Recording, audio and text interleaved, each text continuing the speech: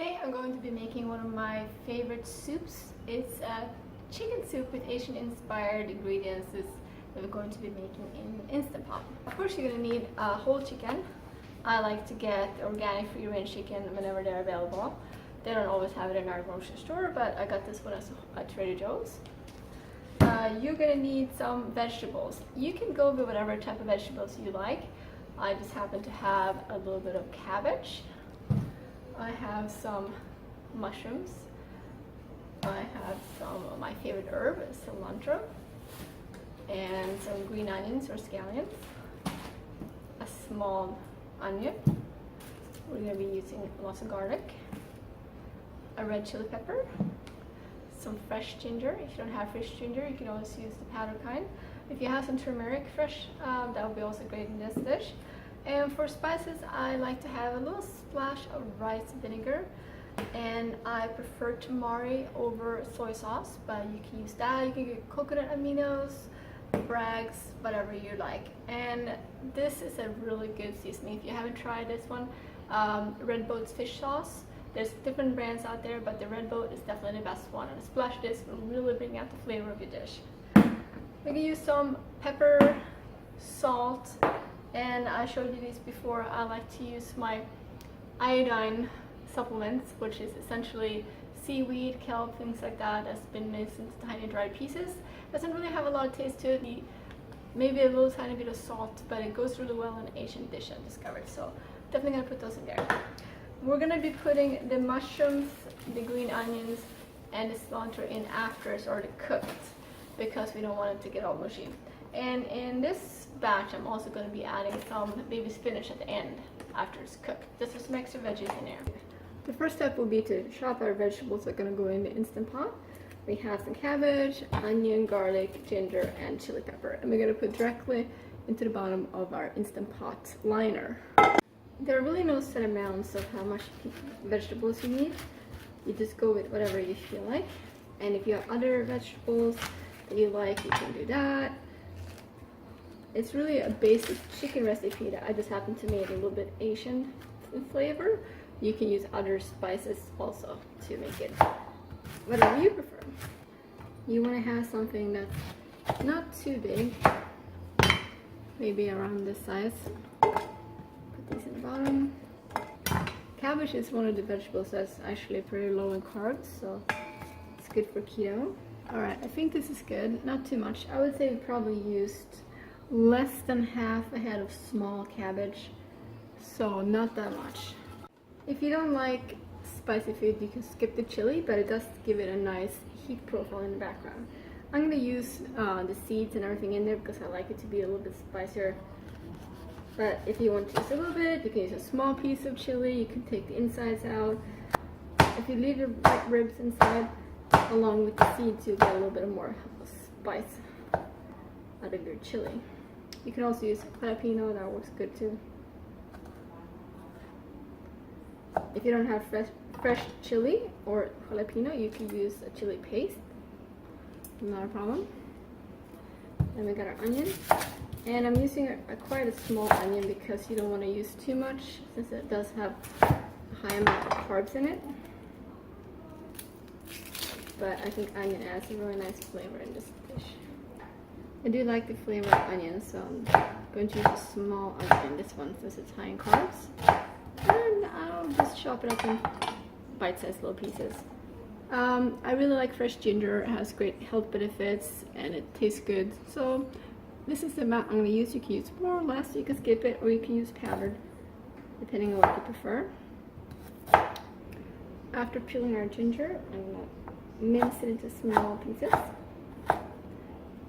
If your ginger is a little bit older, it might be kind of tough. You might want to grate it in, but I got a nice fresh piece here, so I don't think that would be necessary. We'll add our ginger to the pot.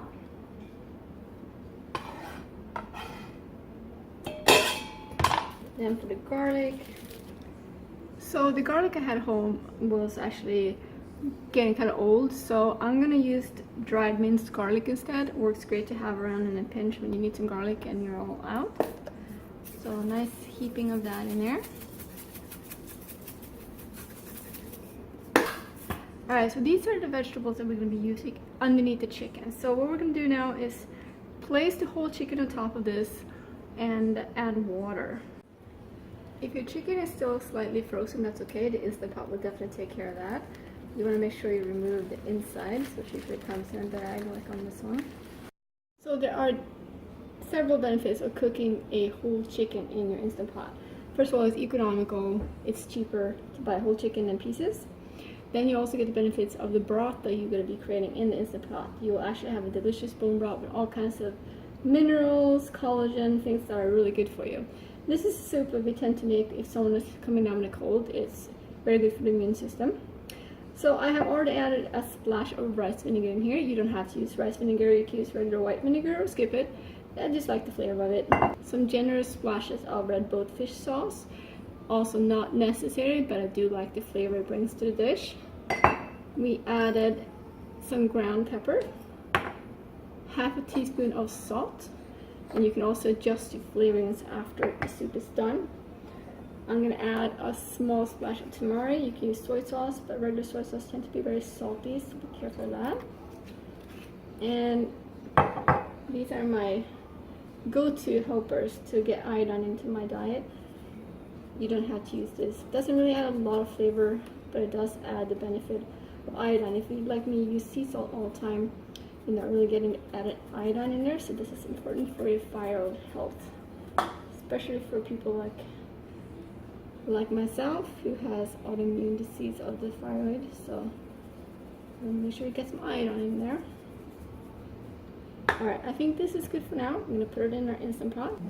So to our Instant Pot, we're going to be adding about 5 cups of water. Alright, so we're putting a lid on, making sure the vent is in a closed position. And for this, we're going to make it super easy. We're just going to choose the soup broth setting. It adds 45 minutes to the timer. It will take about 10 minutes for it to reach its full pressure before it starts the actual cooking process. And after that, it's going to take about 20 to 30 minutes to naturally release the pressure. So all in all, it's going to take us just under 1.5 hours before our soup is done. So our chicken is now done. And it's looking good. So what we're going to do now is take the chicken out and remove the meat from the bones. You can save the bones in a Ziploc bag in your freezer, and when you have enough to fill up a whole Instant Pot, you can make some delicious chicken bone broth with that. I've taken the chicken out. It's completely super soft and very easy to just shred the meat from now on. So we're gonna shred the meat and put it back in the pot. And then we're gonna chop up our vegetables that we have that we're gonna add to the pot. We've got the green onions or scallions. We've got some mushrooms. I don't really eat mushrooms myself. My husband likes it. I just put a whole bunch of them. He likes them not cooked down so much, so I'm just gonna put them in the warm broth and they'll just get a little softer, and I can easily pick them up. If you happen to have some fresh basil, or even better, Thai basil, I would definitely put that in too. I used to grow my own lemongrass, and that's also very good in the soup. For chicken broth, we're going to add our vegetables we just chopped. Alright, so we got all that chicken shredded and added into the pan. And then we want to add our spinach. I just tore a few handfuls a little bit.